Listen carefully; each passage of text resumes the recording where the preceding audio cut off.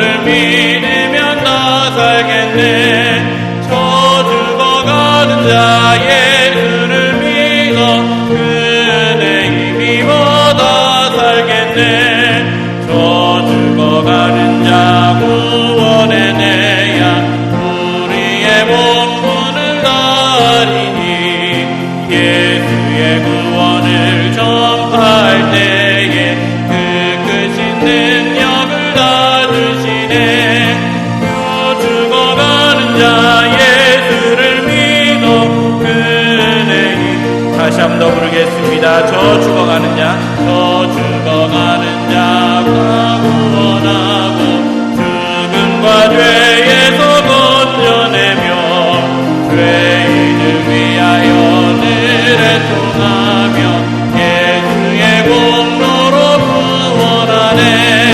저 죽어가는 자 예수를 믿어 그의 힘입어 다 살겠네. 주 믿지 않는 자 불쌍히 여겨 참 회개할 때를 기다리네. 열심을 다하여 인도해보세. 예수를 믿으면 다 살겠네. 저 죽어가는 자 예수를 믿어 그의 힘입어 다 살겠네.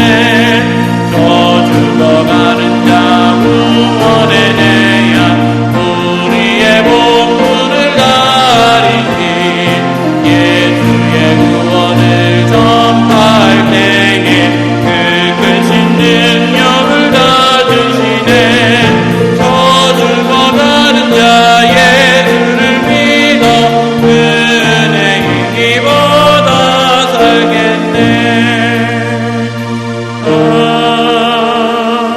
아멘. 391장입니다.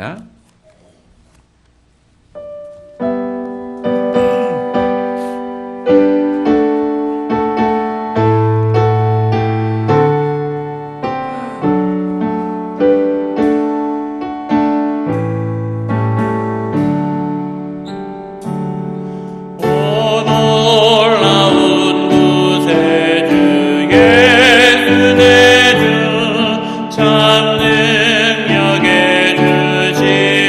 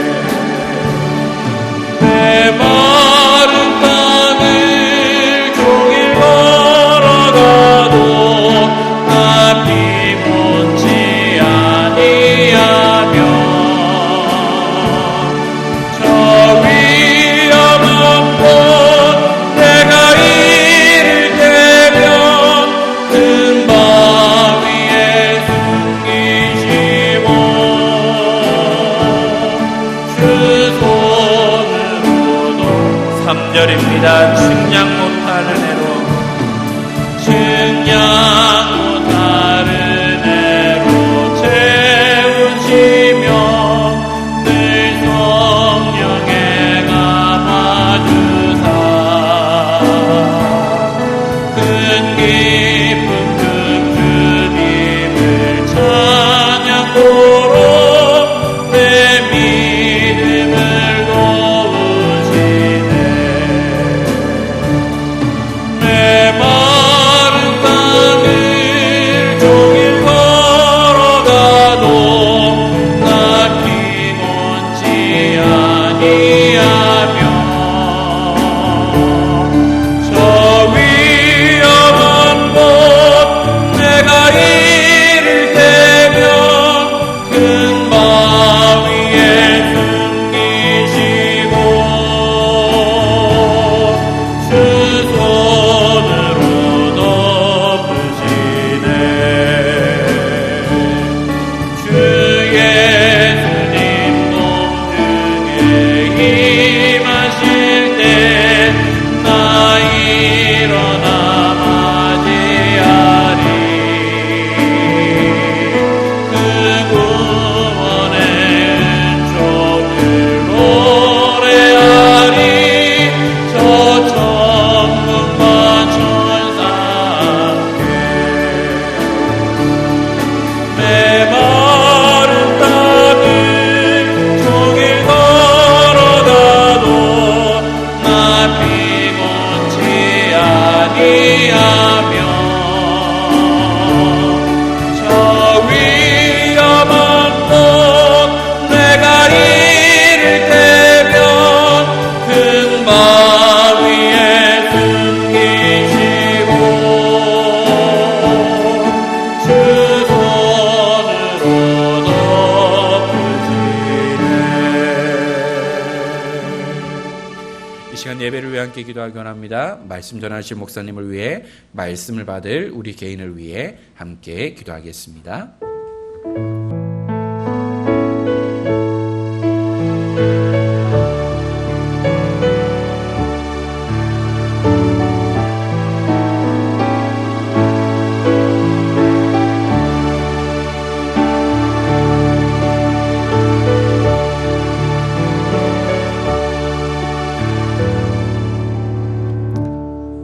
자리에서 일어나셔서 함께 예배드리겠습니다.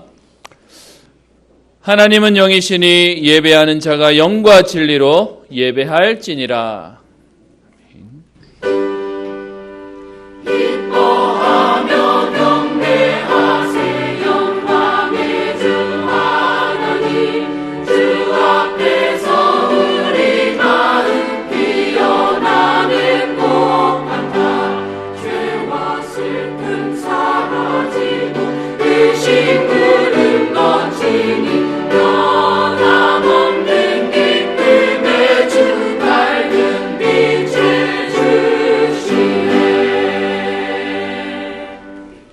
하나님께 감사를 드립니다.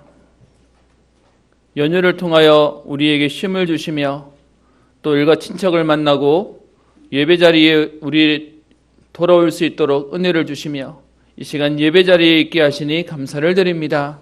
하나님, 문제를 통해서도 하나님의 온전하시고 완전하신 뜻이 이루어지는 응답을 누리게 하시는 주님, 오늘도 문제 보는 눈이 열리게 하여 주옵시며 오늘도 이유 있는 인생의 축복을 누리는 예배 시간 되게 하옵소서. 여기서 예배드리지만 우리의 관계된 모든 현장에 살아나게 하시며 우리의 약한 부분까지도 치유되어지는 응답의 걸음 되게 하옵소서. 감사드리며 살아계신 우리 주 예수님 이름으로 기도합니다. 찬송가 26장 찬양합니다.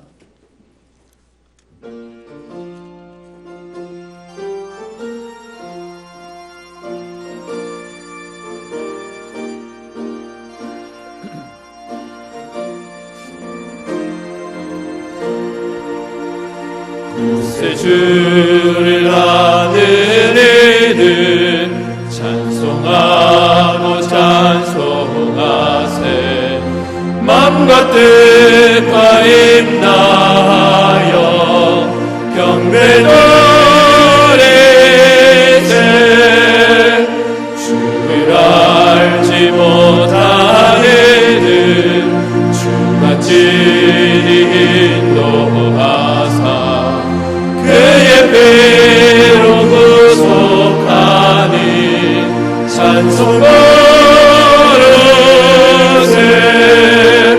약한 사람 떠든 바다 시험 중에 참게 되니 모든 죄를 이기는 믿음 보내라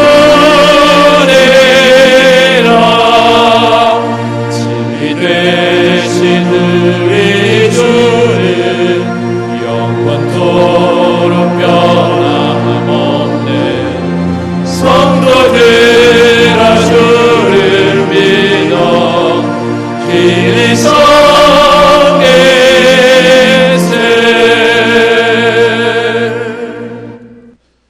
교동문 62번 시편 143편입니다.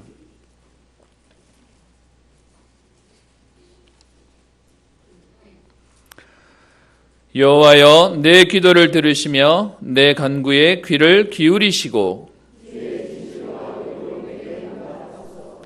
주의 종에게 심판을 행하지 마소서. 원수가 내 영혼을 핍박하며 내 생명을 땅에 엎어서 나로 죽은 지 오랜 자같이 나를 암흑 속에 두었나이다.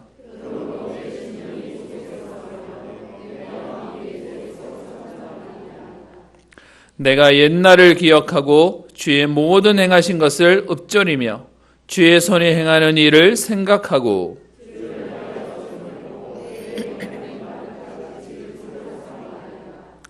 여호와여 속히 내게 응답하소서. 내 영이 피곤하니이다.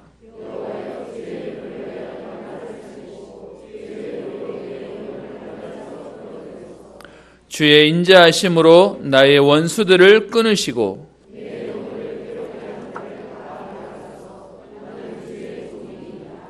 아멘. 우리의 신앙을 고백합니다. 나는 전능하신 아버지 하나님 천지의 창조주를 믿습니다. 나는 그의 유일하신 아들 우리 주 예수 그리스도를 믿습니다. 그는 성령으로 잉태되어 동정녀 마리아에게서 나시고 본디오 빌라도에게 고난을 받아 십자가에 못 박혀 죽으시고 장사된 지 사흘 만에 죽은 자 가운데서 다시 살아나셨으며 하늘에 오르시어 전능하신 아버지 하나님 우편에 앉아 계시다가 거기로부터 살아있는 자와 죽은 자를 심판하러 오십니다. 나는 성령을 믿으며 거룩한 공교회와 성도의 교제와 죄를 용서받는 것과 몸의 부활과 영생을 믿습니다. 아멘. 찬송가 535장 찬양합니다.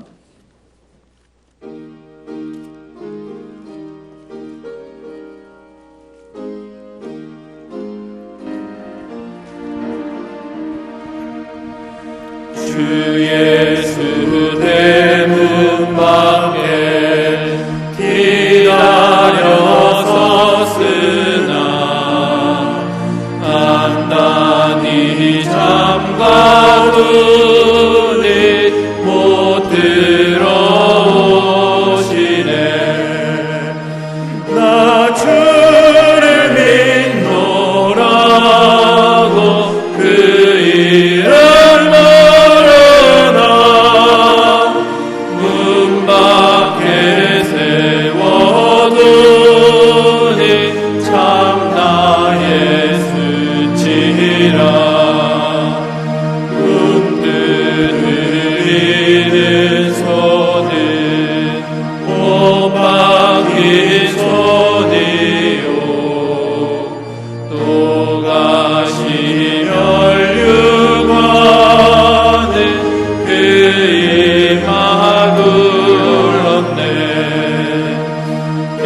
이처럼 기다리신 참사랑이로다.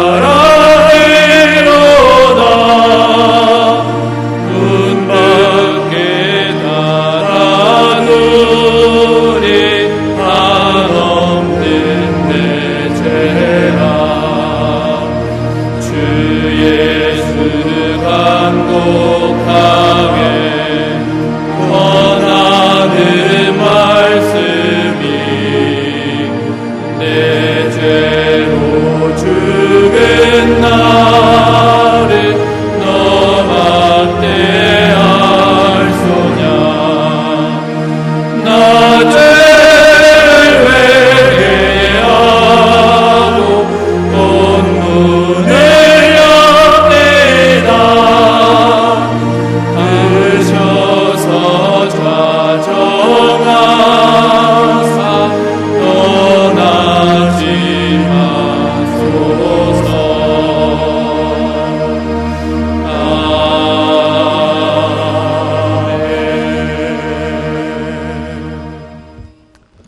우리를 대표해서 박영식 장로님 기도해 주시겠습니다.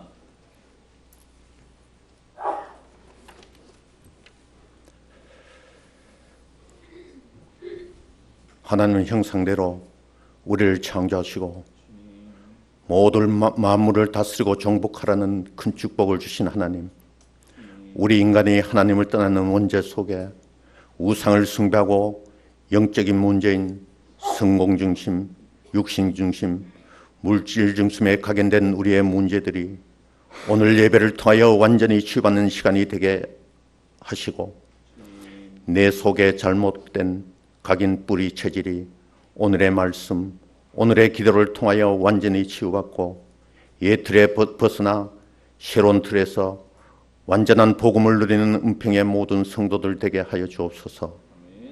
무더웠던 여름도 건강하게 보낼 수 있도록 축복하신 하나님, 지나간 여름 스케줄을 세밀하게 계획하시고 인도하신 하나님, 올 한 해보다 내년에는 더욱 알찬 계획과 축복하심에 랜드트리 살아나는 교회 되게 하여 하시고, 훈련을 통하여 받은 하나님의 말씀이 일회성이 되지 말고 내 속에 영원히 각인되어 하나님의 계획을 발견하고 바른 기도를 통하여 237개 나라에 죽어가는 민족을 살리며 그들에게 참 복음을 전파될 때 민족과 랜드트리 살아나고 그 일을 위하여 천명과 사명과 소명을 받고 원색적인 말씀을 선포하시는 선교사님에게 경제적인 축복과 강건한 육신을 주옵소서.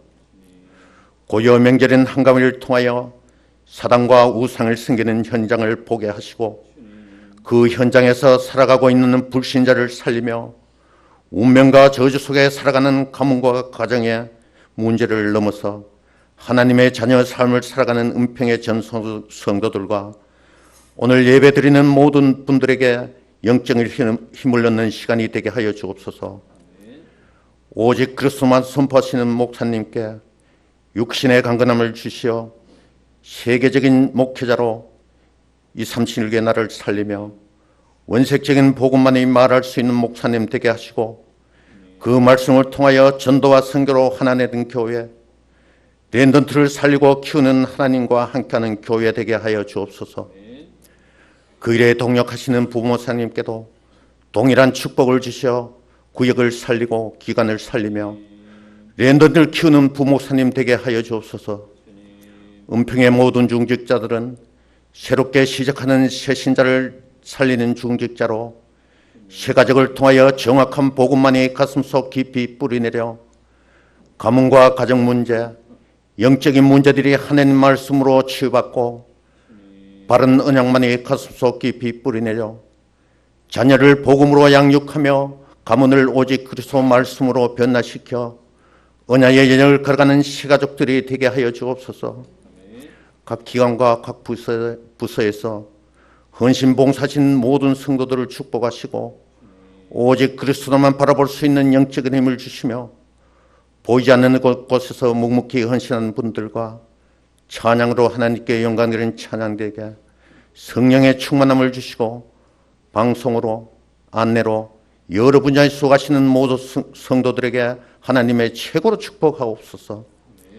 지금 이 시간 예배드리는 은평의 모든 랜드트들을 시대적인 축복을 받고 우상 문화를 복음 문화로 변화시키는 서밋으로 직장 생활하는 랜드트들은 세계 경제를 보는 영적인 눈을 주시어 직장을 살리는 랜드트로 해외와 타 지역으로 군 선교사로 취업과 진학을 준비하는 랜드트들에게 하나님의 축복이 늘 함께 하여 주옵소서. 오늘의 말씀을 통하여 나에게 주실 기도 제목을 잡고 기도할 때 내 속에 각인된 영적 문제들을 치유받고 내 속에 자리 잡고 있는 육신의 병들이 완전히 치유받는 한 주간 되게 하여 주옵소서. 참 아름다우신 예수 그리스도 이름으로 기도드렸습니다. 아멘.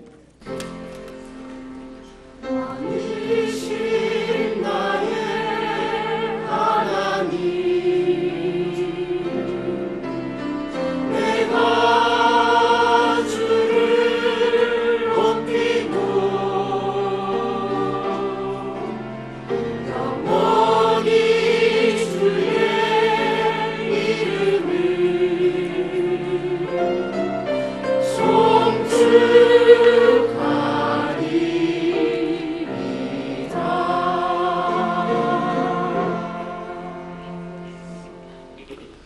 오늘 우리에게 주실 하나님 말씀은 사도행전 16장 11절부터 15절까지 말씀 합독하도록 하겠습니다. 사도행전 16장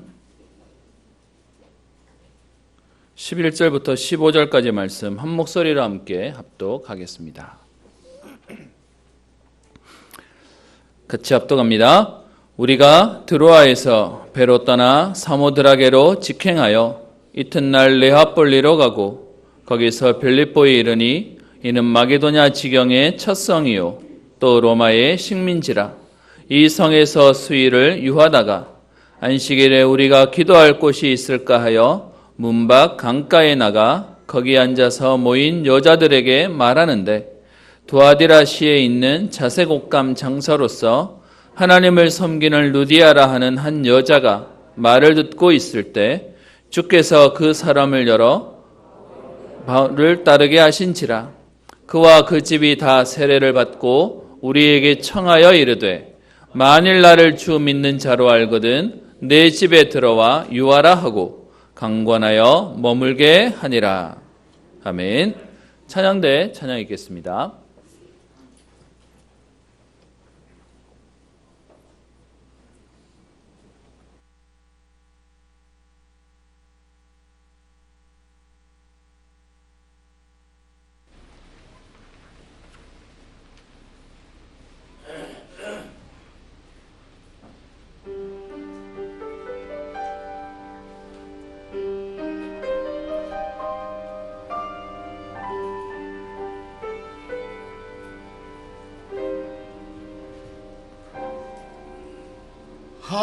하나님과 동행하는 자는 하나님의 약속 붙잡는 자는 하나님과 방향 맞추는 자는 기도 응답 받는다네.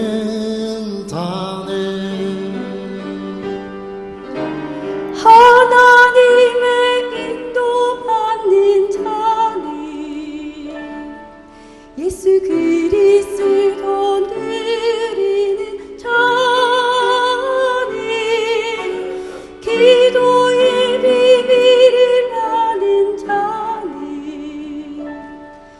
모든 일에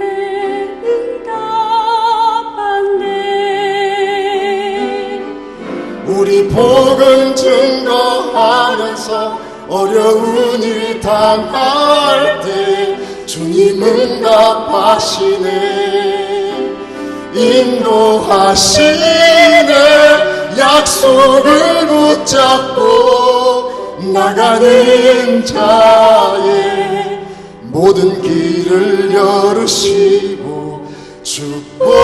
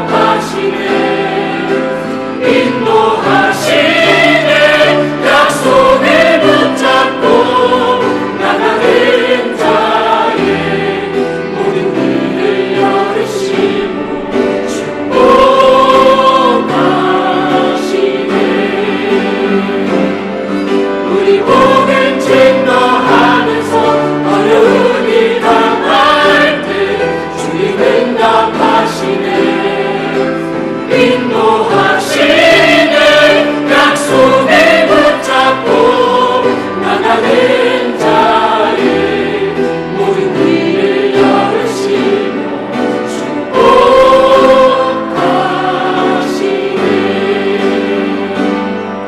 약속을 붙잡고 나가는 자의 모든 길을 열으시고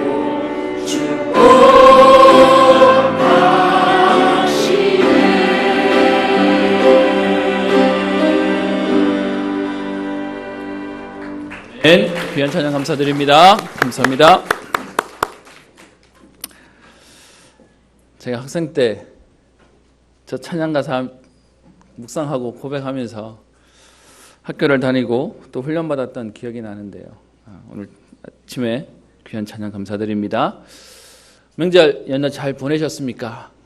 분명히 연휴로 시간을 보냈는데 여러분 얼굴이 왜 이렇게 더 피곤해 보이시는지 옆에 있는 분들에게 한번 인사하도록 하겠습니다. 예수는 그리스도십니다. 한 번 더 인사하겠습니다. 우리의 모든 문제를 해결하셨습니다. 아멘. 우리 추석 연휴를 보내고 또 뵙습니다. 아직 안 보이시는 분, 안 돌아오신 분도 계시는데요. 또 여러분들 얼굴을 뵈니까 또 너무 반갑고 또 감사합니다. 저는 연휴를 보낼 때마다 1년에 2번 있는 연휴인데요. 예전에 서울에 있을 때는 대구를 와야 되는 고민을 해야 됐는데 이제 대구에 있으니까 어딜 가야 되는 고민을 안 해야 돼서 좋기는 합니다. 이번에 어머니를 모시고 잠깐 이렇게 바람 쐬고 왔는데요. 저는 연휴를 할 때마다 생각나는 분이 한 분이 있습니다. 같이 사역했던 우리 장로님 또 권사님 가족인데요. 예전에 한번 소개를 했을 겁니다. 같이 교회에서 신앙생활도 하고요. 붙어서 섬기기도 하고 그리고 또 같이 운동도 좋아해서 같이 공도 차고 했던 그런 장로님입니다. 근데 이 장로님의 가정의 특징이 뭐냐 하면 장로님, 권사님 그리고 딸 하나, 아들 하나 이렇게 있는데요. 딸도 이제 딸, 아들 다 커서 다 장성합니다. 그런데 이 집안의 특징이 뭐냐 하면 설이나 그리고 그 다음에 추석 명절이 되면 온 가족이 우리 본부 훈련에 들어가서 그냥 훈련 받는 것이 그냥 매년 스케줄이고 그냥 이렇게 계획이에요. 한 번, 두 번은 받는데 계속 그걸 받으니까요. 이유를 물어봤더니 평상시는 우리 장로님이 차에 이렇게 이렇게 그걸 뭐라 그럽니까?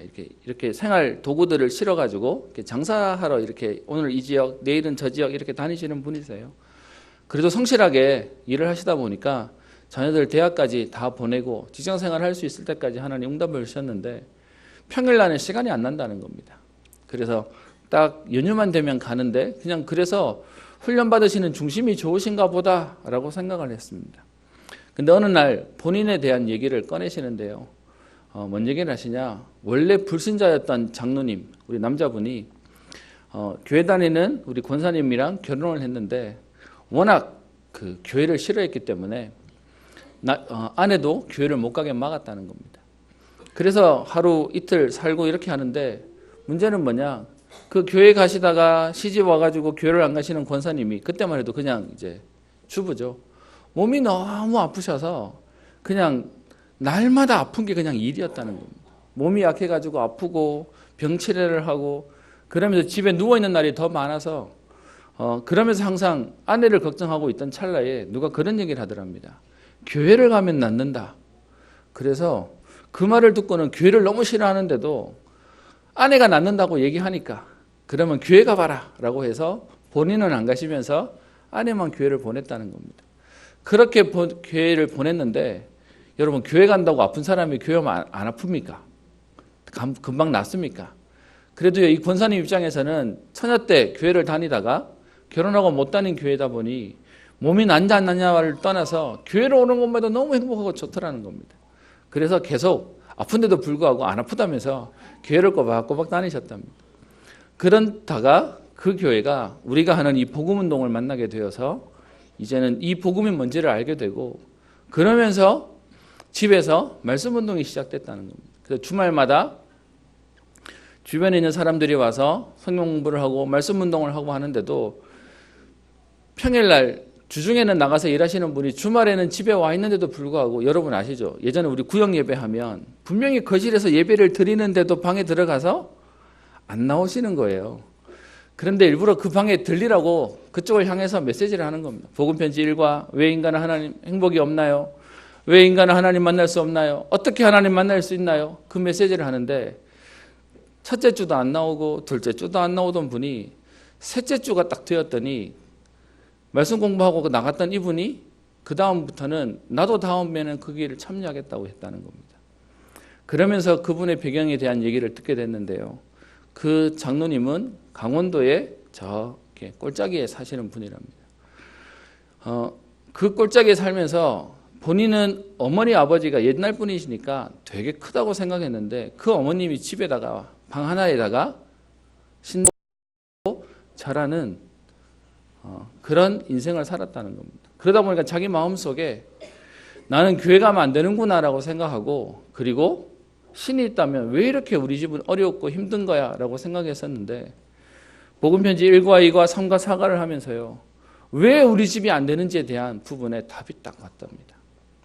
그래서 그 길로 예수 믿고 그 집안이 복음운동 속에 완전히 들어온 겁니다. 근데 문제는요. 여러분 우리가 무당에게 복음을 전하거나 저 스님에게 복음을 전하면 남들이 보면 아마 종교 싸움 한다고 얘기할 겁니다. 그럼에도 불구하고 왜 해야 되는지 아십니까? 그 장로님이 집에 가서 자기가 예수 믿고 복음을 전했더니 이 복음이 먹히기는커녕 쫓아냈다는 겁니다. 다시는 집에 오지 말고 너는 우리 자식 아니야 라고 내쫓겼다는 겁니다. 몇 번을 찾아가서 복음 전하려고 가봤는데 전혀 먹히지가 않으면서 이 장로님 가족이 명절 때마다 가족을 찾아가는 대신 어차피 가도 환영도 못 받고 오지도 못하게 하니까 그래서 이 장로님 가족은 정했다는 겁니다. 그럼 우리 가족은 오늘부터 우리는 훈련받으러 가는 거야. 그래서 명절 때마다 훈련받으러 꼬박꼬박 가시는 겁니다. 제가 장로님께 여쭤봤습니다. 장로님 그래도 가족인데 안 보고 싶으세요? 라고 얘기했더니 복음 안 믿는 가족 때문에 안타까운 마음은 있는데 만나봐야 싸움밖에 안 한다는 거예요. 그 집안에 장로님 가족 말고는 아무도 예수 안 믿는데 그 본인 가족을 놓고 온 집안에 싸움이 나니까 오는 것도 안 좋아하고 가도 편하지 않아서 그냥 우리는 훈련받는 대로 인생 결정했습니다 하시는 분이셨습니다. 저는 그래서 지금도요 명절이 되면 그분 생각이 납니다. 이번에도 훈련 받으러 가 계시겠지? 그 자녀들을 제가 가르쳤었는데요. 여러분 어떻게 생각하십니까? 남들이 보면 이상하다고 할 수도 있고요. 남들이 보면 약간 우리 세상 말로 조금 미쳤다고 할 수도 있을 겁니다. 그런데요. 진짜 복음의 비밀을 알고 나면 우리를 운명에서 저주해서 우리를 지옥의 권세에서 해방하신 이 복음의 비밀이 너무 감사한 겁니다. 여러분 이번 명절 때 오랜 시간 동안 고향 갔다 오신 분도 계실 거고요. 또 오늘 뵀더니 저 멀리 비행기 타고 또 명절 새로 오신 분도 또 뵙기도 합니다. 또 고향에 가고 싶지만 가지 못하고 연휴 때 집에 계시는 분도 계실 겁니다. 여러 형편과 상황들이 있을 텐데요. 그 가운데 우리는 오늘 기억해야 될 게 있습니다. 저와 여러분들이 어떤 신분과 어떤 정체성을 가지는 사람인지를 오늘 알아야 되겠습니다. 저와 여러분들은요 구원받은 하나님의 자녀입니다. 여러분 이 구원이란 축복은 너무 감사한 거예요. 저는 그 장로님이랑 대화하면서요 장로님 눈빛을 봤더니 그 장로님 가족 못 본다 서운한 거 하나도 없어요. 오히려 내가 거기서 나와서 좀 그런 건 있는 것 같아요. 여러분 무속인들도 여러 종류가 있습니다. 제가 예전에 한번 말씀드렸죠. 신받아서 점 쳐주고 남의 인생을 맞춰주는 인생을 사는 그런 무속인이 있습니다. 그거 말고요. 자기는 신을 받았는데 자기 혼자 집에다가 신당 차려놓고 자기만 모시는 그런 신받은 사람도 있습니다. 남 인생을 맞춰주고 점 봐서 사는 인생도 있고요. 그냥 내가 내 신을 모셔놓고 집에다가 갖다 놓고 산당 차려놓고 거기서 매일 절하고 섬기는 사람도 있습니다. 또 마지막 경우도 있는데요. 그 사람은 어떤 사람이냐? 신 받았지만 집에 차리지 않고 때가 되면 나가야 돼요. 저 산으로 저 깊은 물 속으로 가서 깊은 물가가 있는 냇가로 가서 거기서 기도하고 와야 되는 거예요. 이 종류 가운데 그 장로님의 어머님은 집에다가 차려놓고 하고 있었던 것이죠. 그럼 아마 여러분들 기억 속에서도 우리 주변에 우리 친척이나 우리가 아는 동네 어떤 사람들이 집에다 뭐 차려놓고 자기만 이렇게 했던 경우들을 보면 우리가 아마 구별이 되겠죠. 여러분, 그렇게 사단에게 눌려있는 인생을 살아야 되는 우리를요, 하나님은 구원받아 하나님께 예배드릴 수 있는 구원받은 하나님 자녀로 우리를 세우셨다는 것입니다. 여러분, 이게 우리에게 얼마나 감사한 건데요. 그런데 우리는 이 감사가 너무 당연하다 보니까 감사를 모르고 살죠. 오늘 제가 여러분 페이퍼에다가 써놨던 게 있는데요. 많은 사람들은 천사를 부러워합니다. 능력이 있으니까. 또 천사는 대단한 능력이, 힘이 있다고 생각하니까 천사를 부러워합니다. 여러분, 천사와 나 누가 더 좋은 겁니까? 많은 사람들은요, 천사가 더 대단하다고 얘기합니다. 그런데요, 천사와 우리의 가장 큰 특징은 뭐냐? 능력은 있지만 천사는 하나님이 부리시는 종이에요. 그러다 보니까 천사가 여러분 아시죠? 하나님께 대들었다가 하나님께 쫓겨나서 사단과 마귀가 되었다고 우리가 알고 있는데요. 천사는 봐주지 않았어요. 용서가 없었어요. 그런데요, 저와 여러분들은 천사보다 능력이 없는 것처럼 보이지만 우리는 선악과를 따먹었음에도 불구하고 하나님 우리에게 어떻게 해요? 여인의 후손을 통하여 다시 회복할 수 있는 기회를 주세요. 뭐가 다른 겁니까? 신분이 다른 거예요. 시편 8편 5절에 보면 이렇게 되어 있습니다. 그를 하나님보다 조금 못하게 하시고 영화와 존귀로 관을 씌우셨나이다. 혹시 예전 개역, 지금 우리 성경은 개역 개정 성경인데요. 개역 한글 성경을 가지고 계시는 분은 이때 번역이 조금 달랐어요. 그를 천사보다 조금 못하게 했다라고 되어 있습니다.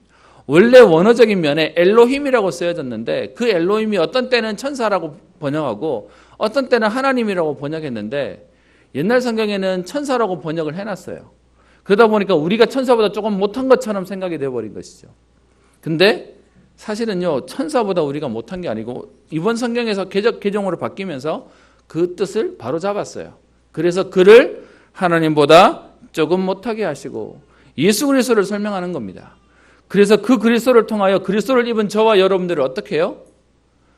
천사와 비교 안 되는 응답받을 신분과 권세를 가진 존재로 우리를 세우신 것입니다. 그러면서 히브리서 1장 14절에 얘기하죠.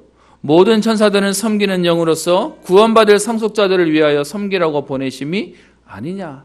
그래서 여러분, 천사가 아무리 능력이 있어도요, 능력이 있는 심부름꾼밖에 안 돼요. 저와 여러분들이 아무리 약해도 누구냐? 하나님의 자녀예요. 자녀의 신분과 권세를 가진 그 응답이 우리의 신분입니다. 그래서요, 그런 우리를 예레미야 1장 5절에는 이렇게 표현합니다. 모든 천사들, 내가 너를 모태에 짓기 전에 너를 알았고 내가 배에서 나오기 전에 너를 성별하였고 너를 여러 나라의 선지자로 세웠노라 하시기로. 저와 여러분들 하나님이요, 어느 날 갑자기 툭 떨어진 게 아니고요, 모태에서 짓기 전에, 내가 배에서 나오기 전에 하나님이 우리를요 성별 구별하셨다는 겁니다. 그리고 우리를 어떻게 해요? 여러 나라의 복음을 전할 전도자와 선지자로 우리를 세우셨다는 것입니다. 예레미야에게 하고 있는 내용인데요, 여러분, 이 내용은 지금도 복음 가진 우리에게 하고 있는 것입니다. 여러분, 우리는요, 복중에 태중에 영세전에 하나님이 구별하여 저와 여러분들을 세우신 것입니다. 전 세계에 저와 여러분과 똑같은 사람이 한 명도 없어요. 유일한 존재로 하나님이 우리를 세우신 것입니다. 스바냐 3장 14절부터 20절에는 어떻게 표현합니까? 이스라엘에 따라 시온에 따라 라고 얘기하면서 우리에게 이렇게 표현합니다. 여호와가 내 형벌을 제거하였고 내 원수를 쫓아냈으며 이스라엘 왕 여호와가 내 가운데 계시니 내가 다시는 화를 당할까 두려워하지 아니할 것이라. 그날에 두려워하지 말라. 시온아, 내 손을 늘어뜨리지 말라. 낙심해서 낭망해서 힘이 빠져서 축 처진 채로 그렇게 있지 마라. 왜요? 17절에 얘기합니다. 너의 하나님 여호와가 너의 가운데 계시니 그는 구원을 베푸실 전능자이시라. 그가 너로 말미암아 기쁨을 이기지 못하시며 너를 잠잠히 사랑하시며 너로 말미암아 즐거이 부르며 기뻐하시리라. 여러분 무슨 말입니까? 부모가 자녀를 낳아놓고요, 그 아이의 재롱과 웃음을 보면서 부모가 너무 기뻐서 어떻게 할 줄 모르는 그 표현을 오늘 스바냐 3장 17절에 얘기하고 있습니다. 저와 여러분들 보면서 답답하고 한심하고 그렇게 쳐다보시는 하나님이 아니고요, 우리를 보시고 어떻게 해요? 기쁨을 이기지 못하실 만큼 너무 좋아서요. 그게 저와 여러분들의 우리의 신분임을 얘기합니다. 그래서 19절 20절에 이렇게 표현하죠. 그때에 내가 너를 괴롭게 하는 자를 다 벌하고 저는 자를 구원하며 쫓겨난 자를 모으며 온 세상에서 수욕받는 자에게 칭찬과 명성을 얻게 하리라. 모욕당했는데, 비난당했는데 그들에게 어떻게 해요? 칭찬을, 그들에게 명성을 얻도록 하나님은요, 복음 때문에 축복하시겠다는 겁니다. 천하 만민 가운데서 명성과 칭찬을 얻게 하리라. 여호와의 말이니라. 그게 저와 여러분들의 신분입니다. 그래서 여러분 예배 올 때는 어떤 마음으로 오시냐? 이 세상에 있는 70억 인구 가운데 하나님이요, 저와 여러분들을 구별하셔서 예배의 자리에 오게 하셨습니다. 여러분 이건 시간 있는다고 올 수 있는 것도 아니고요, 돈 있다고 올 수 있는 것도 아니에요. 여러분 어떤 면에서 문제 만났다고 올 수 있는 겁니까? 문제 만나서 힘없으면 또 못 와요. 그런데 하나님이 우리에게 구원받은 신분과 은혜를 주셔서 오늘 이 자리에 있게 하신 것입니다. 신명기 33장 29절에 이스라엘이여 너는 행복한 사람이로다. 여호와의 구원을 너같이 얻은 백성이 누구냐? 그는 너를 돕는 방패시요 내 영광의 칼이시로다. 내 대적이 내게 복종하리니 내가 그들의 높은 곳을 밟으리로다. 하나님이 우리에게요, 은혜를 주셨어요. 그래서요, 행복한 응답을 누릴 수 있도록, 뭘 가졌기 때문에, 뭐가 있기 때문이 아니라 그게 있어도 없어도 상관없는 진정한 행복을, 은혜를 우리에게 주신 것이죠. 그 신분을 가진 우리에게 하나님은요, 그걸로 안 끝나고 권세를 허락하십니다. 우리 내년 되면 또 대통령 선거한다고 하는데요, 후보자와 대통령 당선자는 달라집니다. 저녁에 막 투표 결과 나오겠죠. 그런데 당선이 확실시 되는 순간 무슨 일이 생기죠? 그 다음날 청와대 들어가도요, 그날 밤에 경호원들 다 따라 붙고요, 그리고요 딱 힘이 실어지는 것이죠. 무슨 말입니까? 신분이 바뀌면 권세가 오는 것입니다. 하나님 자녀가 어떤 응답과 축복을 누립니까? 저는 지금도 신분 얘기하면 옛날 생각납니다. 친구들이 얘기합니다. 교회 가면 뭐가 나오냐면서, 밥이 나오냐 떡이 나오냐면서, 뭐가 나오는데 가냐 그랬습니다. 그때만 해도요, 제가 이 복음을 몰라서 말을 못했어요. 그러게 말이야, 특별히 나오는 건 없다. 오면 오히려 예배 드리는데 더 주일 아침에 일찍 일어나야 되고 더 번거로운 게 더 많아. 그게 제 옛날에 갖고 있었던 생각입니다. 여러분 혹시 지금도 여러분 주변에 여러분들에게 교회 가면 뭐가 나오냐고 묻는 사람에게 여러분 할 말이 없어서 저같이 생각하는 분 없으시죠? 우리에게요, 하나님 자녀의 신분을 통해서 권세를 주셨습니다. 어떻게 해요? 천군 천사가 동원되어지고, 그리스도가 계시죠. 천군 천사가 동원되어지니까 사단은 결박되어지고요, 우리의 시민권은 천국 시민의 응답과 축복을 누리게 하셨습니다. 그리고요, 그런 우리에게 이 복음을 통해 세계복음화 응답을 누리는 은혜를 주신 것이죠. 여러분 오늘 예배 가운데 하나님 주시는 신분과 권세와 구원의 감사와 감격이 회복되어지고 누려지게 되기를 축원합니다. 우리에게는 이 응답이 있는데요, 그런데 현장과 현실은 어떻습니까? 하나님 떠난 인간은 오늘도 행복하지 않다고요. 그래서요, 심심하다를 입에 달고 살고요, 어렵고 힘들다는 걸 입에 달고 살면서 지금도 어려움 속에 살고 있습니다. 마태복음 11장 28절에 현장은 이렇게 말합니다. 수고하고 무거운 짐진 자들아. 다 어렵다고 얘기하죠. 힘들다고 얘기하죠. 사도행전 10장 38절에는요, 마귀에게 눌린 모든 사람들을 이라고 표현하고 있습니다. 현장은 다 묶여 있고 잡혀 있습니다. 예전에 청년 사역을 할 때였습니다.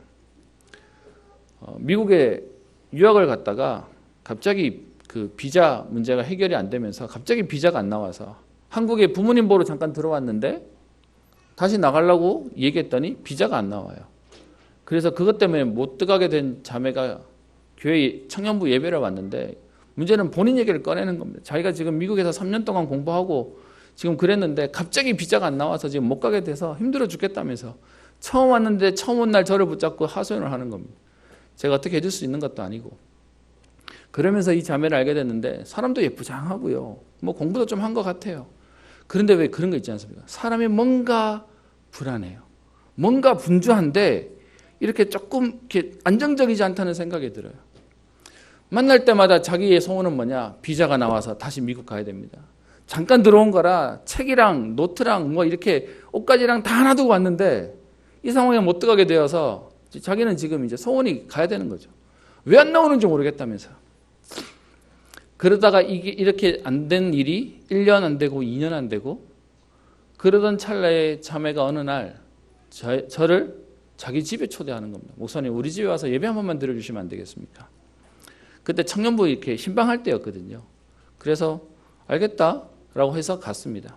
용인에 있는 아파트인데 제일 꼭대기층에 복층이 있는 집 아십니까? 이렇게 복층 있으니까 좋더라고요. 뭐 여름에 덥고 난방비 뭐 나온다 하지만 어쨌든 갔더니 전망도 너무 좋고 그렇더라고요. 불신자 부모님 속에 자매만 교회를 다니는데요. 아빠는 경찰 공무원이라고 얘기합니다. 그냥 조금 급수가 있는 공무원이라고 하는데 그 집에를 갔더니 신방을 마치고 난 뒤에 그 자매가 저를 한 방을 데려가는 겁니다. 그리고 문을 이렇게 열어주는데 방이 하나 이렇게 있어요. 책상도 있고 이렇게 누구 방인데? 라고 얘기했더니 죽은 오빠 방이라는 겁니다. 그래서 뭔 얘기를 하냐? 자기가 미국 가게 된 배경이 뭐였냐면 오빠가 공부를 잘하고 참한 엘리트였답니다. 그래서 온 아빠와 엄마의 관심이 이 오빠에게 있었대요. 근데 그 오빠가 학교 다니면서 뭔 일이 있었는지 뛰어내려서 죽어버린 겁니다. 그랬더니 그 부모님이 그 오빠의 모든 소지품을 그대로 남겨놓는데 이게 지금 10년이 넘은 것, 그 방을 그대로 놔둔다는 거예요. 지금도 이 방을 못 치운다는 겁니다. 집이 당첨이 되어서 이사를 갈 수도 있는데도 불구하고 집에 여유도 있어서 갈 수도 있는데도 이거를 손을 못 대게 있어서 지금도 그러고 산다는 겁니다. 그러면서 모든 관심이 오빠에게 있었는데 오빠가 저러고 나니까 부모님이 딸은 하고 싶은 거 하면서 살라고 해외도 보내주고 뭐 이러면서 지금 나오게 됐다는 겁니다. 그래서 우리 집을 놓고 기도해 주세요를 보게 되었습니다. 저는 지금도 그 방에 있는 모습들을 보고 잊을 수가 없습니다. 나중에 그 어머님이 교회 출석을 조금 하셨거든요. 그러면서 대화를 하는데 그 어머님도 사람이 참하게 생기셨어요. 근데 여러분 자녀를 마음에 품고 사는 이분은 뭔가 분위기가 어두우신 거예요. 저걸 여러분에게 왜 하냐? 여러분 아마 우리 주변에도 그런 사람들이 있을 겁니다. 평생 그것이 마음에 딱 짐이 되어서 아픔을 가지고 살아야 되는 사람도 있을 것입니다. 여러분 이건 누구의 잘못이라고 우리가 탓하기 이전에 현장은 지금도 고통 속에 아픔 속에 그러면서요 어려움 속에 살아가는 것이 현장의 모습입니다. 에베소서 2장 3절에는 성경이 이렇게 표현합니다. 본질상 진노의 자녀이었더니 아무리 노력하고 아무리 열심히 살아도요 안 되는 인생으로요.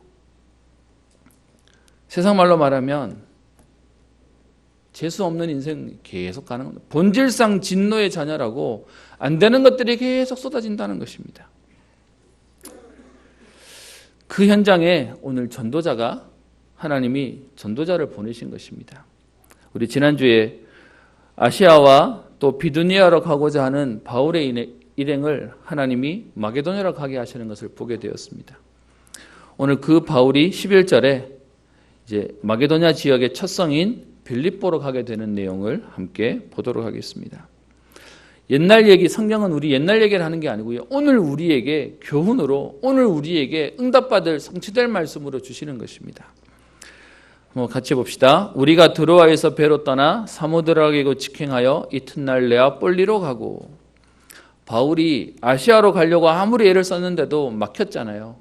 그런데 마게도냐 지역으로 하나님이 인도하신다는 것을 인정하고 그리고 가게 되니까 11절에 직행하고 이튿날 네아폴리로 가고 12절 거기서 빌립보에 이르니.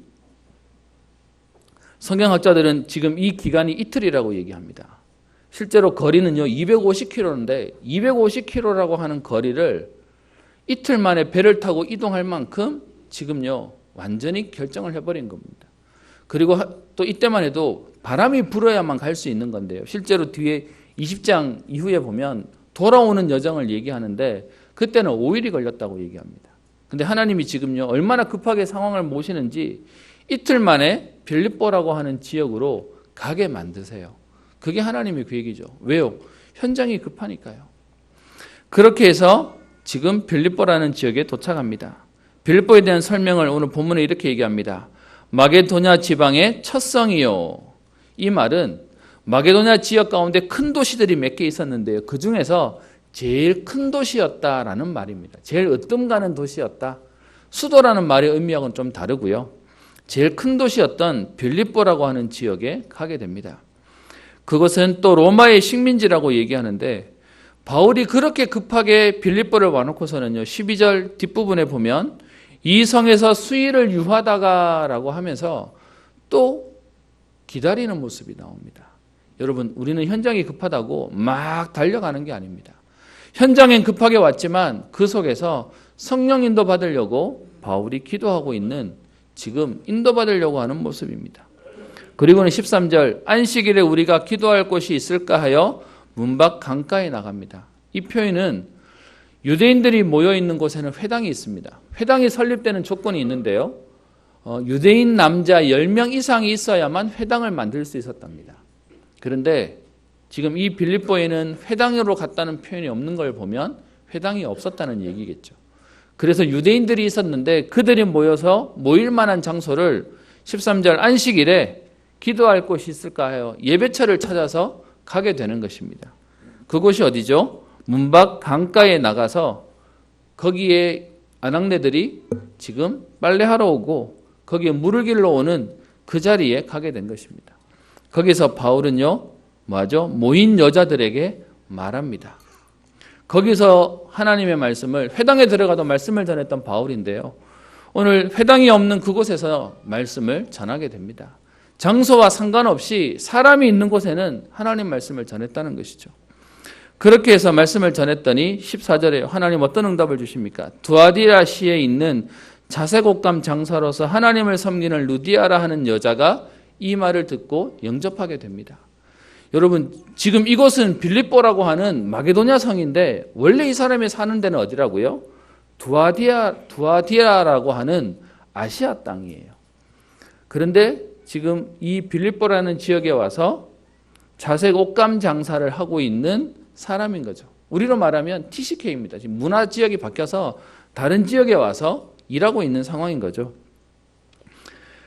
그 루디아를 준비해 놓으시고 하나님은 오늘 역사를 일으키십니다. 오늘 읽기를 여러분과 15절까지만 읽었는데 오늘 16장에 있는 내용 속에 하나님이 이 빌립보라고 하는 지역에 앞으로 뒤에 계속해서 가는 지역마다 무슨 일이 생깁니까? 복음받을 자, 구원받을 자, 또 영생받기로 작정된 자를 준비하셔서 그들에게 복음이 증거되어지고 생명 얻는 역사가 일어나게 만듭니다. 그래서 빌립보 지역에서 하나님이 하셨던 사역이 첫 번째가요. 오늘 14절에 루디아라 하는 한 여자가 말을 듣고 있을 때 주께서 그 마음을 열어 바울의 말을 따르게 하신지라.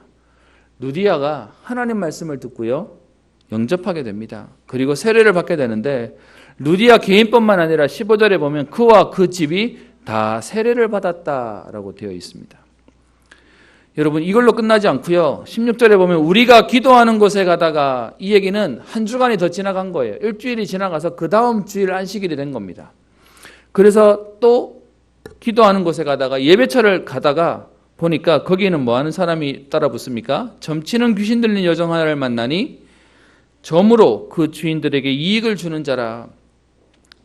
이 귀신 들린 여종의 귀신을 쫓아내는 일이 생깁니다. 18절 바울이 그 귀신에게 이르되 예수 그리스도의 이름으로 내가 네게 명하노니 그에게서 나오라 하니 귀신이 즉시 나오니라.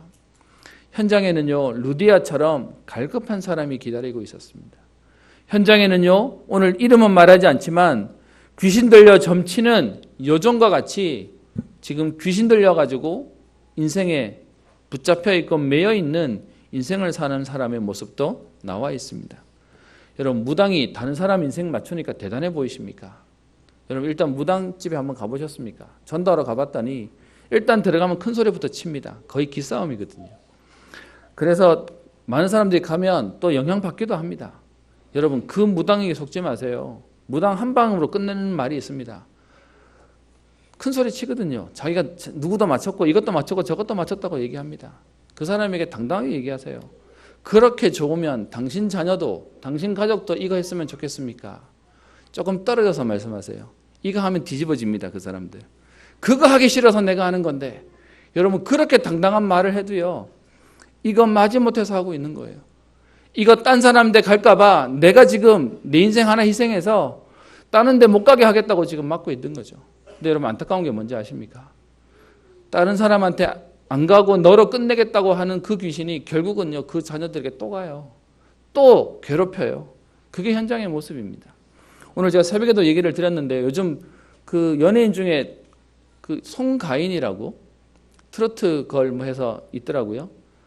제가 그 친구 오디션 하는 모습을 본 적이 있습니다. 여러분, 대단해 보이는 사람처럼 보이지만 죄송하지만 그 사람의 어머니가 누구냐 하면 무당입니다.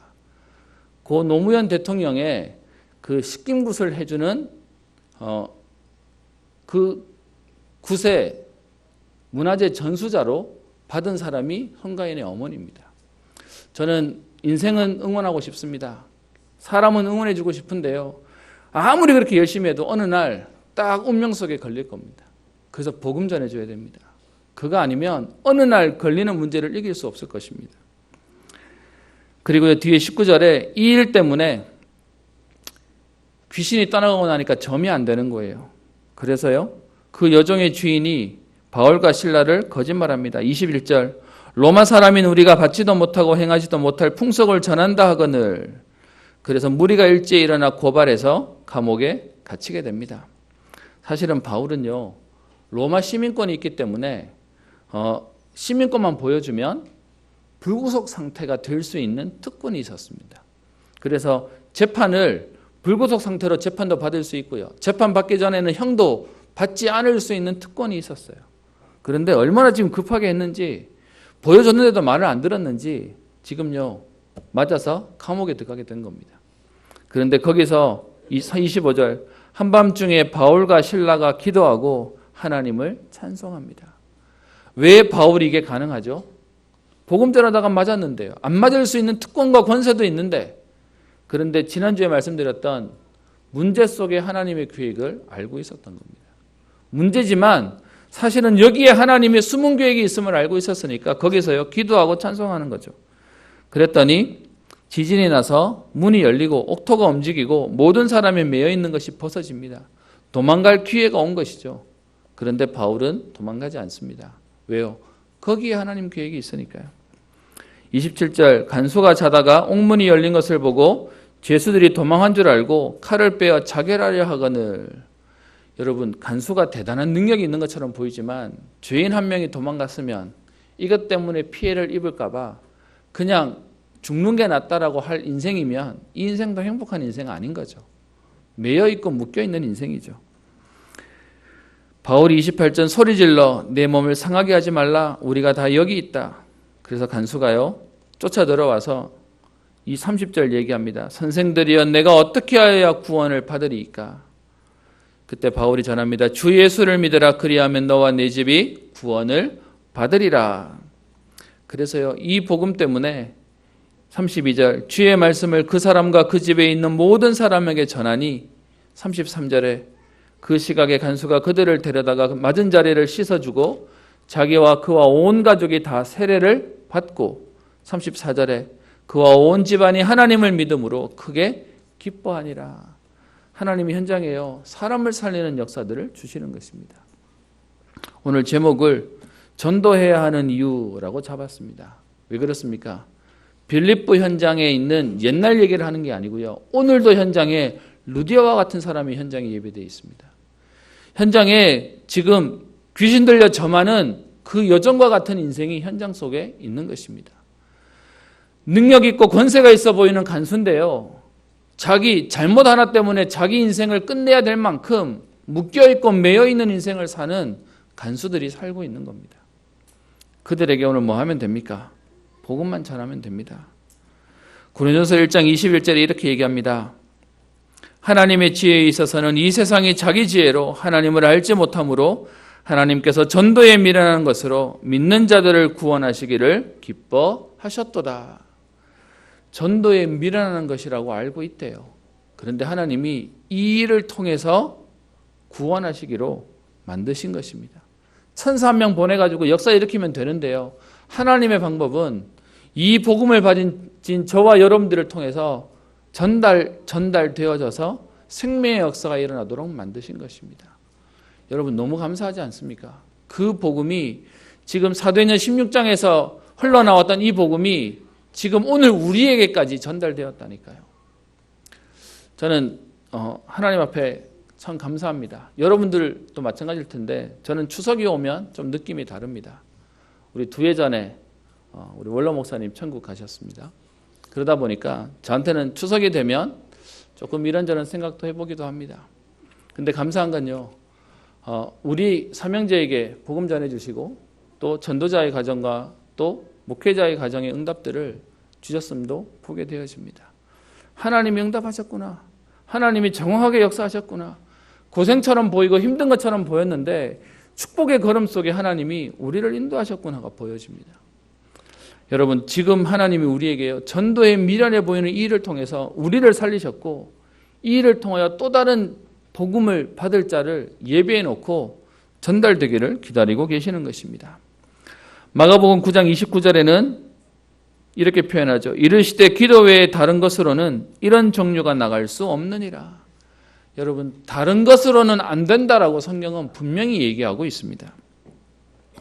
그러면서 디모데후서 4장 1절부터 5절에 바울이 디모데에게 마지막 당부하는 내용이죠. 하나님 앞과 살아있는 자와 죽은 자를 심판하실 그리스도 앞에서 그가 나타나실 것과 그의 나라를 두고 엄히 명하노니. 바울이요 마지막 순간이기 때문에 아주 지금 당부를 하고 있습니다. 너는 말씀을 전파하라. 때를 얻든지 못 얻든지 항상 힘쓰라. 범사에 오래 참음과 가르침으로 경책하며 경계하며 권하라. 여러분 때를 얻든지 못 얻든지 여러분 이 말 이해되십니까? 제가 우리 랩런트에게 한번 소개한 적이 있었는데요. 여러분 예전에 우리 학교 다닐 때 평상시는 2명씩 이렇게 짝을 맞춰서 앉아 있다가 시험만 되면 그 한 줄로 쭉 만들어가지고 번호대로 만들면서 시험을 쳤습니다. 그러다 보니까 평상시에는 저랑 전혀 관계가 없는 친구인데 시험 칠 때만 되면 바로 제 앞에 있던 그 친구 성이 윤 씨여가지고 저는 이 씨에 제일 빠르고 이 친구는 윤 씨여서 제 바로 앞에 앉는 친구입니다. 그 친구가 이 메시지를 들을 일은 없겠지만 뭐 들을 수도 있겠지만 좀 생긴 거는 일단 고등학생인데 아저씨처럼 생겼습니다.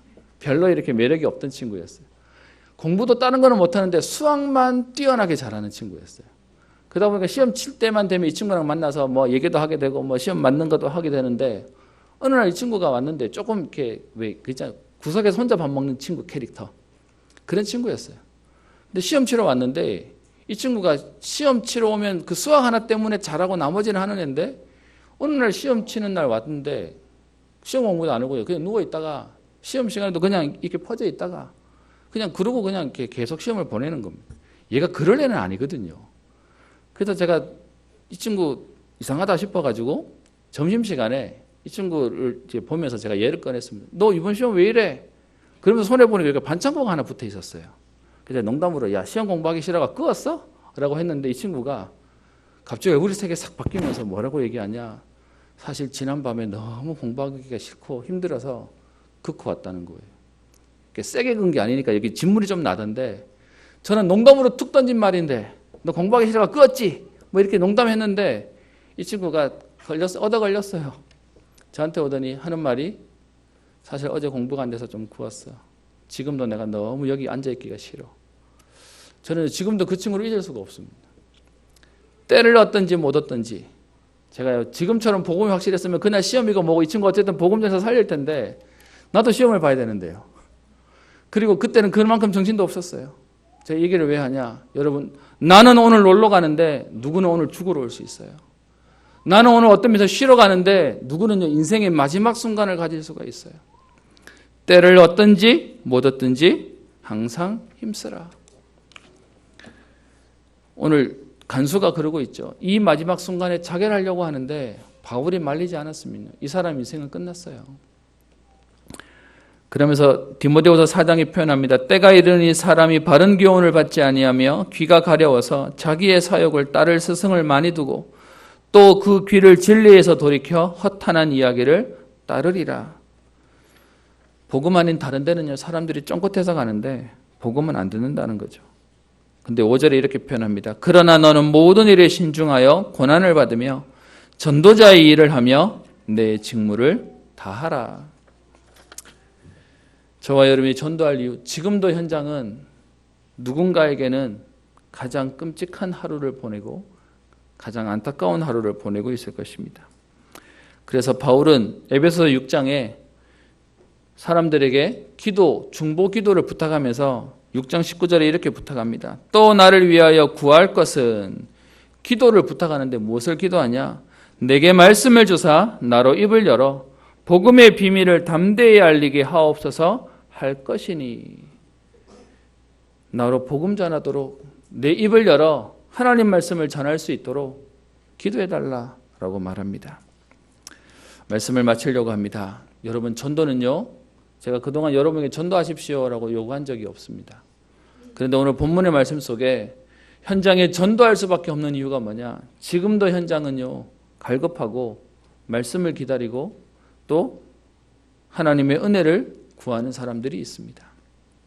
그런데 이 전도는 우리의 일이 아니라 하나님의 일입니다. 여러분 보세요. 14절에 바울이 지금 말씀을 전하는데 성경은 이렇게 표현하죠. 한 여자가 말을 듣고 있을 때 주께서 그 마음을 열어 바울의 말을 따르게 하신지라. 분명히 메시지는 바울이 하고 있습니다. 그런데요, 설교를 잘했던 결과로서 오늘 루디아가 마음이 열린 것이 아니라 이 일의 주도권은 오늘 성경은 말하기를 주께서 그 마음을 열었다. 그리고 주께서 바울의 말을 따르게 하셨다라고 되어 있습니다. 메시지는 바울이 하지만 주도권은 주님께 있습니다. 반대로요, 하나님의 역사가 오늘 어디서 일어납니까? 직접 천사를 보내거나 하나님의 음성을 듣고 일어나게 하신 게 아닙니다. 어떻게 하셨죠? 바울이 전하는 설교를 통해서 성령이 역사하신 것입니다. 그래서 이건요, 하나님이 하시는 방법이 이겁니다. 우리가 했기 때문에 되는 것도 아니고요, 하나님이 직접 하시지도 않아요.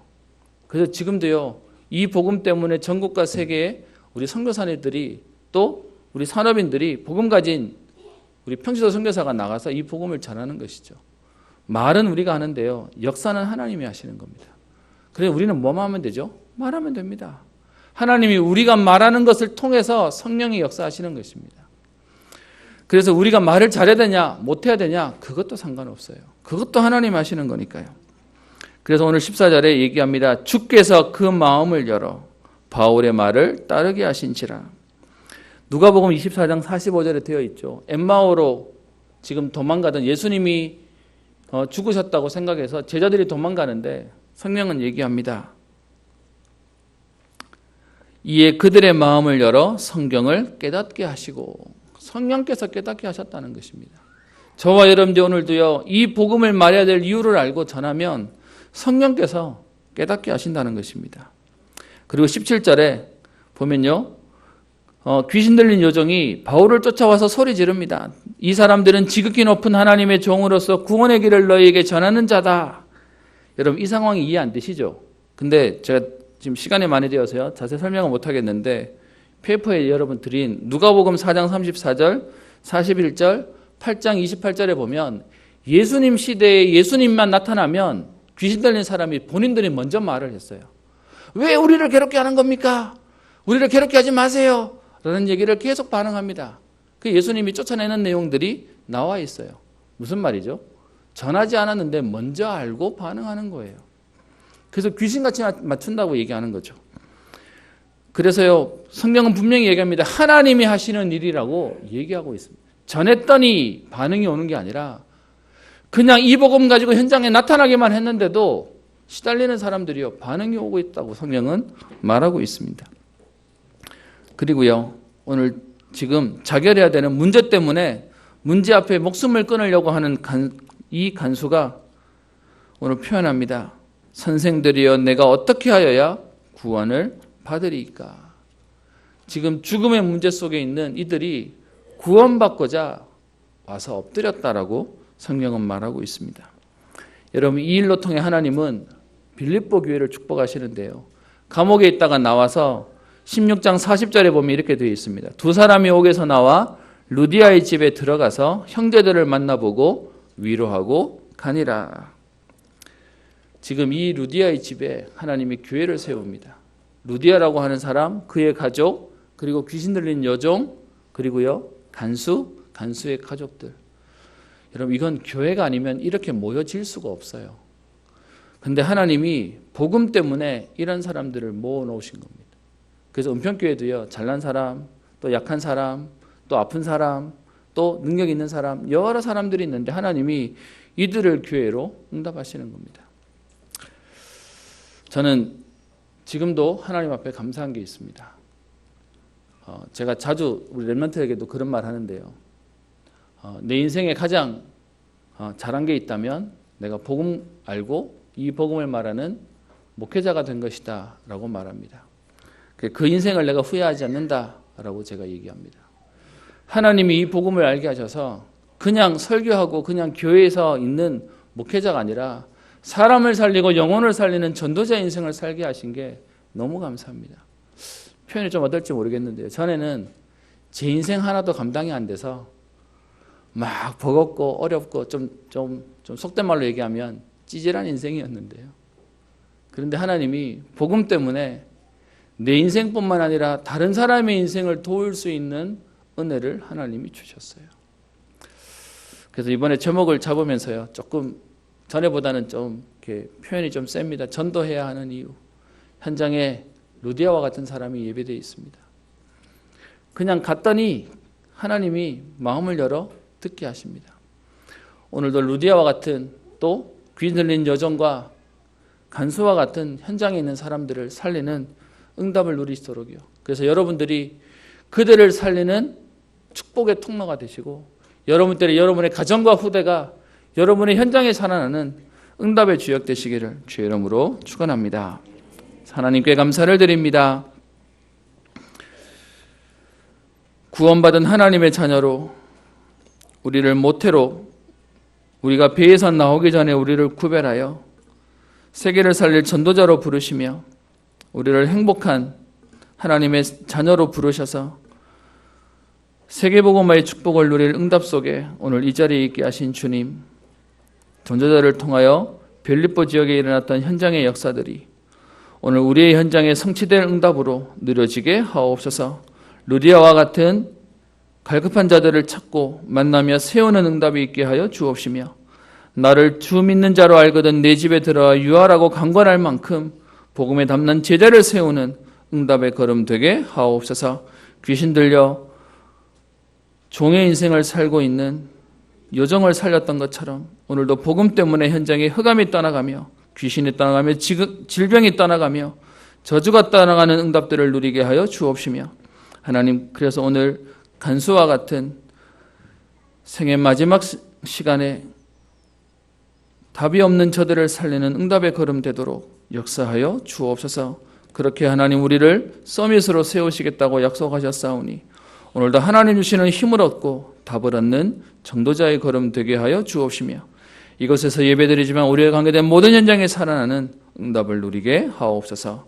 감사드리며 살아계신 우리 주 예수님 이름으로 기도합니다. 아멘.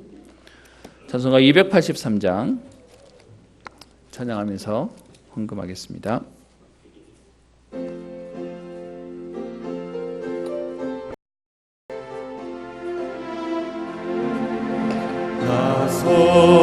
속죄함을 받으는 한없는 기쁨을 나게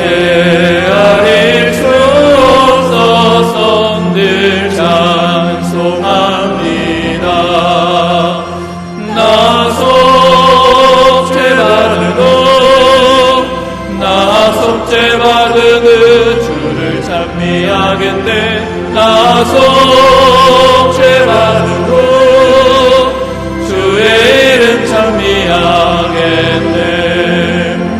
나 속죄함을 받은 내 마음이 새로워 주 뜻을 준행하면서 죄길을 버리네. 나 속죄받은 후 나 속죄받은 후 주를 찬미하겠네. 나 속죄받은 후 주의 이름 찬미하겠네. 나 속죄함을 받은 후 성령이 오셔서 하나님 자녀 된 것을 곧 증언합니다. 나 속죄받은 후 나 속죄받은 후 주를 찬미하겠네. 나 속죄받은 후 주의 이름 찬미하겠네. 나 속죄함을 받은 후 고혈의 공로로 내 주의 은혜 입으니 늘 평안합니다. 나 속죄받은 후 나 속죄받은 후 주를 찬미하겠네. 나 속죄받은 후 주의 이름 찬미하겠네.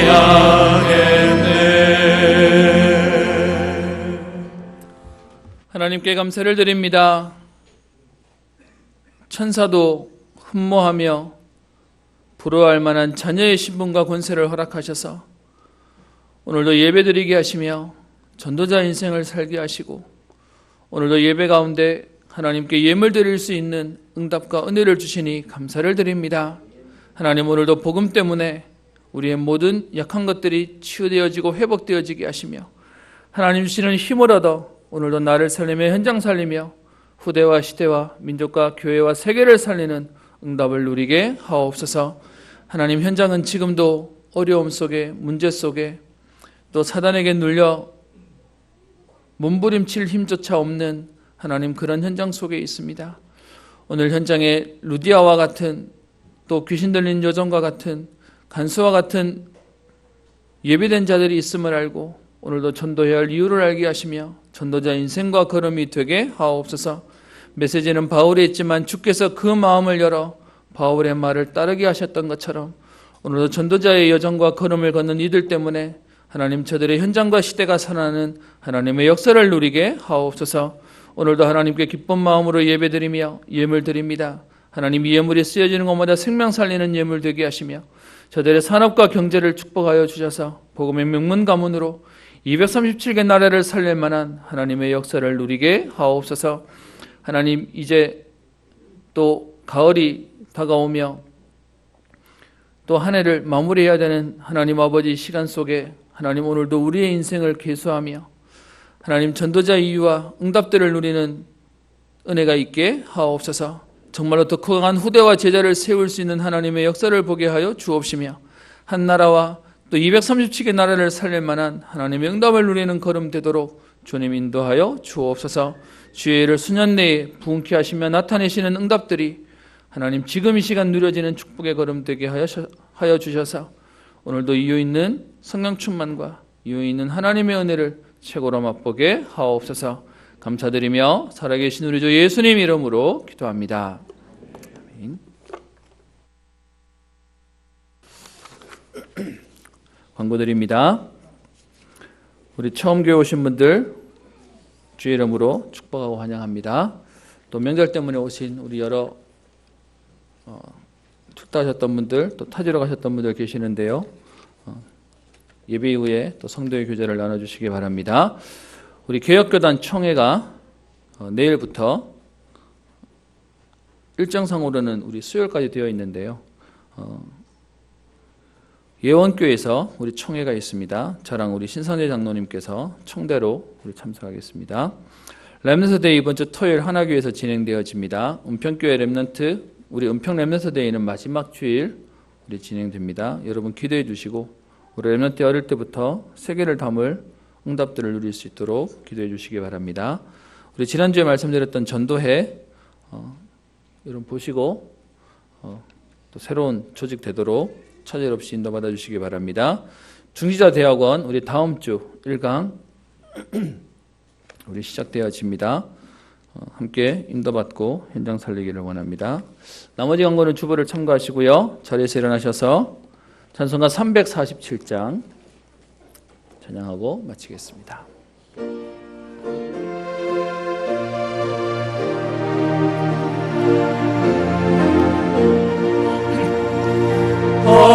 허락하신 새 땅에 걸어가려면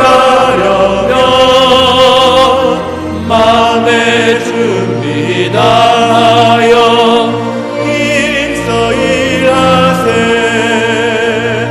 여호수아 본받아 앞으로 가세. 우리로 알쳐서는 주님 품일세. 시험 환난 땅에도 낙심 말고서 마음의 걱정 버리고 힘써 일하세. 여호수아 본받아 앞으로 가세. 우리로 알쳐서는 주님 품일세. 앞서가신 예수님 바라보면서 모든 마음을 아파여 애써 일하세. 여호수아 본받아 앞으로 가세. 우리로 알쳐서는 주님 품일세. 일할 곳이 아직도 많이 있으네. 담대하게 나가서 애써 일하세. 여호수아 본받아 앞으로 가세. 우리가 알쳐서는 주님 품일세.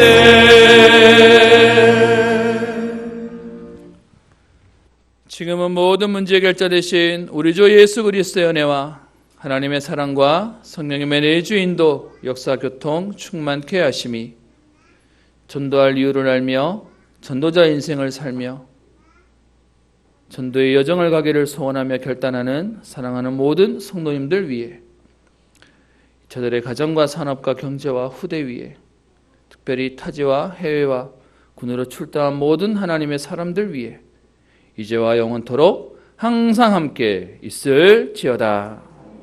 아멘. 예수